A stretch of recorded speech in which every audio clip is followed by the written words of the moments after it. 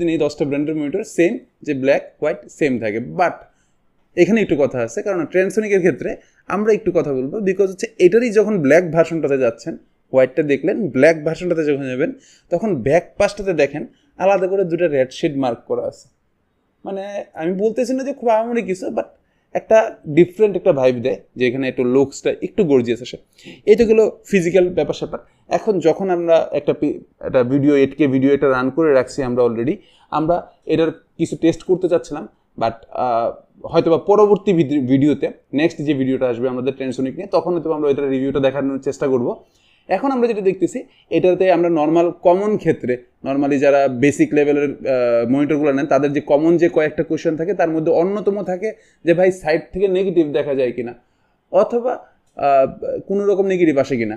আমি যদি এইখান থেকে বসে ভিউ করতেছি ঠিক এই অ্যাঙ্গেল থেকে, দ্যাটস মিন আপনি অলমোস্ট আমাকে 180 ডিগ্রিতে